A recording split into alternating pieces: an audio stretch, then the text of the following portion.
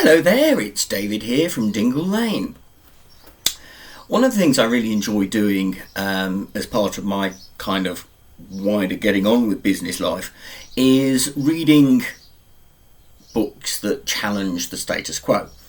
And over the course of the last month or so, I've read a really challenging book by a chap called John Elkington called Green Swans, where he looks at the importance of radical transformation in modern business, and particularly in terms of developing businesses that make exponential changes to the way in which our corporate society tackles environmental considerations and builds sustainability into their agenda and into their products and processes. And it's an absolutely fascinating book and a challenge well worth watching and reading.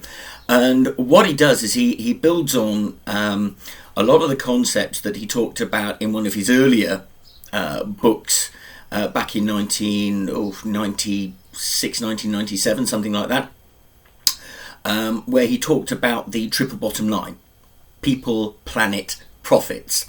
And Green Swans flew out of the fact that actually earlier on this century he withdrew that book and said, hang on a minute guys, that hasn't really worked as well as I wanted to do, and I want to reevaluate what that means.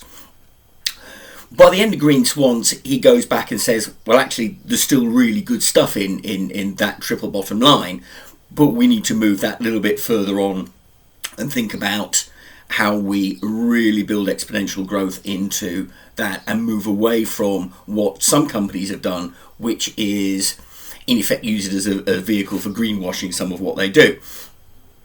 Really challenging, absolutely worth reading, and definitely worth building into your business models as you go forward, particularly as the COVID crisis has taught us that, quite frankly, the status quo broke. We have a massive opportunity now to really rebuild what we do and how we do it. And one of the things I've really enjoyed doing with clients over the course of the last few months is really help them get to grips with the mechanics of what they do, why they do it, where their markets are, and how to cut out an awful lot of frippery and get back to the core business of being a great business, doing great things, but also at the same time being great for the environment and great for the sustainability agenda. Now, it's interesting when you look at a part of that some people say, well, business and the corporate world really don't sit alongside sustainability terribly well. And John himself picks up on some of these thoughts when got a copy of his earlier book here.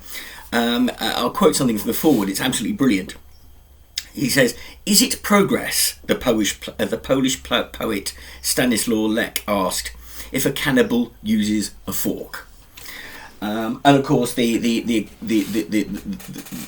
challenge is that companies are cannibals, and if they're using the fork, the triple bottom line, people, profit, planet, and profit, are they still cannibals, and is that a good thing? Well, as we all know, actually companies can make a tremendous difference and make big gains to the planet, and they need to over the course of the next little while. But this isn't actually terribly new. Sorry John, you're a great guy. And I was reminded of this because sometimes I like to have a wander through my bookshelf and pull out some old stuff, and I pulled up my copy of this little book, The Rules for the Conduct of Life. I got this back in 1998 when I really hacked off an old boss of mine. It was great fun. I don't know what he was more upset about, the fact that I'd done that I'd got myself a copy of this, or that I'd done it before him. And I think that was perhaps the thing that really annoyed him most. I think, get a copy of a book, what's the thing? Well, the thing is, that book comes with when you become a Freeman of the City of London, which I did back in 1998, and it was something I'm very proud of and still proud of.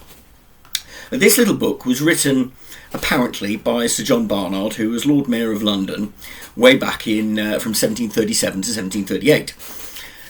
And I was having a look through this just because there's some great little things in here, little snippets in here, and just rule number 1 I'd like to read to you, because I think it comes back to this whole sustainability agenda and how actually it remains important and was right from the early days. Rule number 1: whatever you do at any time intend to do, consider the end which you therein propose to yourself, and be sure that it is to be always really good, or at least innocent. He who does anything and knows not why or wherefore acts foolishly, and he who aims at an unlawful end acts wickedly, which is the worst sort of folly. If you are always careful to observe this fundamental rule, you will thereby avoid many sins which would disturb your conscience, and also many trifling actions which would tend to your discredit or trouble your repose. Lovely language from those days. But basically it says, if you're going to be in business, do things for the good and have good intentions, and don't do things that you know are going to be bad. And of course the sustainability agenda starts from the basic principle that actually we don't want to be harming the world around us. We don't want to be harming the environment because it harms us and it harms the people around us. And that's why I build sustainability into an awful lot of what I do, and why I bang on about green issues almost as much as I get excited by things like cash flow spreadsheets and supply chain dynamics and all that kind of stuff. A couple of book suggestions there to read. Something from John Elkington. Always look out for his stuff. He does a number of webinars and seminars. Well worth attending, well worth listening to, hearing what he has to say, and trying to use these opportunities to think about how you can green your business, and maybe even look at making those changes that could substantially make a difference to the way in which business operates. That's my thoughts for today. Nothing terribly practical in some senses, but perhaps more profound and more in terms of where you want to go as a business. Hope that was interesting. It's David Nichol here from Dingle Lane. Take care. Bye.